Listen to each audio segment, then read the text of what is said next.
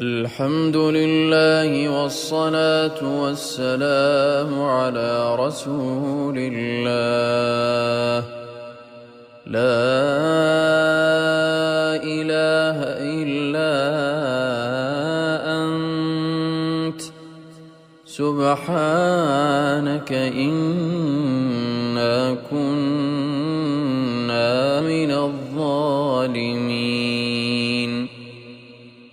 اللهم إنا نعوذ بك من زوال نعمتك وتحول عافيتك وفجاءة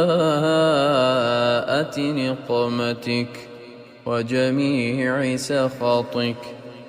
اللهم ارفع عنا البلاء والوباء وأنزل علينا السكينة والشفاء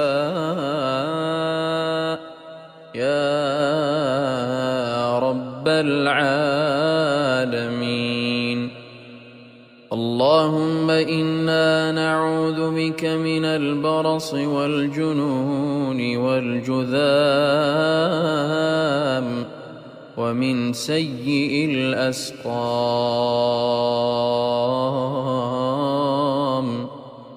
اللهم إنا نعوذ بك من البرص ونعوذ بك من الجنون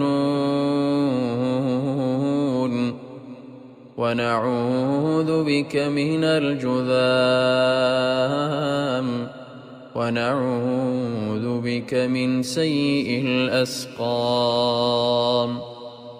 اللهم احفظ بلادنا من الوباء والبلاء والأمراض. اللهم احفظ بلادنا وبلاد المسلمين. اللهم إنا نسألك أن تحفظنا. اللهم ارفع مقتك وغضبك عنا. اللهم فأغثنا. اللهم فأغثنا.